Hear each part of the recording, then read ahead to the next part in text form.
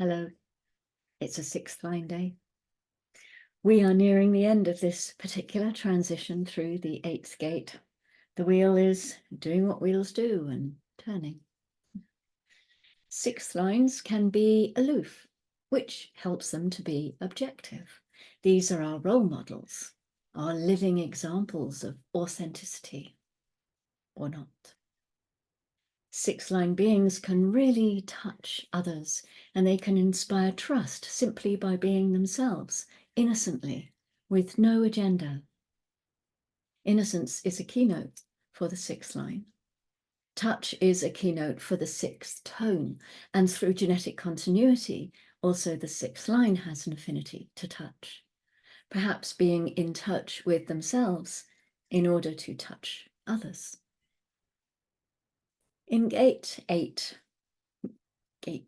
line 6, we have the line of communion. Everything about being able to make a valuable contribution is dependent on the harmony that exists in the social environment. Individuals are always slightly on edge, they're always at risk of being seen to be different and being treated accordingly. So the moment that they can have a harmonic relationship, that's the moment that they can bloom and blossom and excel. That's the moment when they're at their best. In the exaltation, we have the awareness of patterns that ensures correct timing, the gift of knowing when to contribute creatively. This is one of the great secrets of being an individual, knowing when to say, I know I can, or I know I can't, but knowing when to make a contribution. And it's a creative contribution, which is another interesting keynote for this because it's a creative channel. And it's an important gift to know about timing, to know about making a contribution, because so often the contribution and the expression of the knowing, they come at the wrong time. And all kinds of resistance then immediately emerges out of that. The 8-6, it sits up on the hill and it watches the play of life, figuring out how, when, what contribution should be made, and also who the best contributors are. What are the best contributions and who is making them? Ra says that they themselves don't really make much of a contribution most of the time. And in a way, they don't have to. They're a living contribution just by being an individual, line 6. In the detriment, we find doubt, which may engender regret, even in the most ideal circumstances, uncertainty in timing and regret despite circumstances. The mystery of being successful as a mutative force is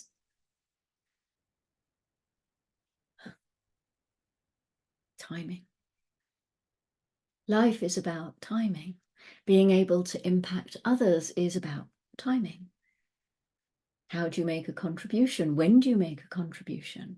All of that is part of the mastery of the individual. And so here in the 6th line, you see that the real communion is the result of timing. It's just timing. To learn that timing and to recognize it, to know who has the right timing.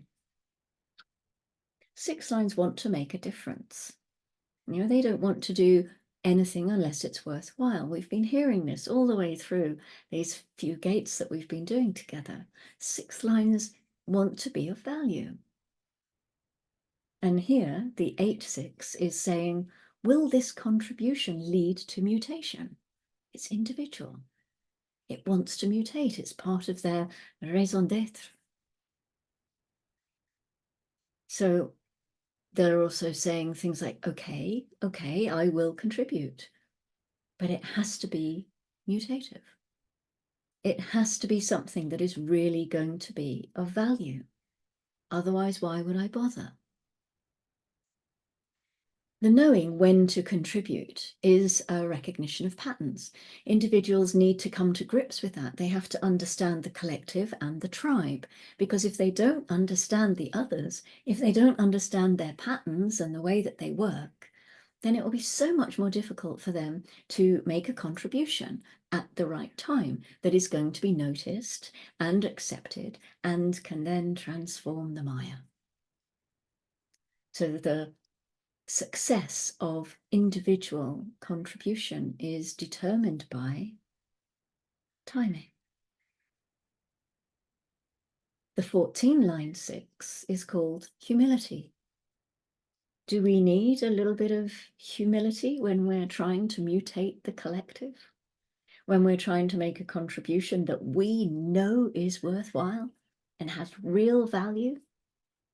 A little bit of humility might smooth the way a little bit. Humility doesn't mean subservient or anything like that. This is still individuality here. The genetic continuity is going to keep that humility honest. As the sun is leaving gate 8, Venus is actually moving into gate 8 at 10:08. So some explorations here might be, what are your values around making a contribution or around other people making a contribution? Do we make our contribution with grace and beauty, as these are some of the themes of Venus, or maybe disgracefully? Relating is another theme that this planet brings us. So how do you relate to those people who make contributions without an invitation? Remember, gate 8 is a projector gate. Just things to explore, to look at the keynotes and try it on for size. How does that feel? Am I comfortable with that? Does that resonate? So the moon is still doing its splenic thing. It's in gate 48 currently, the gate of depth. It moves into gate 57 at 1756, the gate of intuitive insight, with the ability to penetrate to the core of any situation in the moment and find clarity. There can be an attunement to sounds and vibrations in the environment in order to protect physical well-being. There can also be a bit of selective hearing, because this is individuality after all. It doesn't want to be influenced. Although it's good to make sure that the essential information and the guidance from within are heard and not ignored, because these are the body giving us little nudges, and ignoring them can be detrimental to our health and safety. Gate 32 at 5:12 tomorrow morning. This is the gate of duration, the gate of continuity, the gate that tells us that the only thing that endures is change.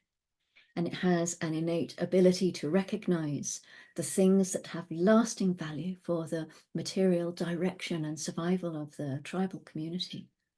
And also those people who can make valuable contributions to maintaining the stability of the tribal structure. The tribe wants to endure, and this ability ensures tribal continuity through a process of consistent change and transformation, whilst at the same time maintaining that stable, slightly conservative core. That's our gate 8 line 6. Thank you for watching or listening, for joining me at any rate. Tomorrow we move into gate 20, and so look out for that. There'll be the 2 videos as usual, the overview and then line 1. And so until then, go gently, and I will see you soon.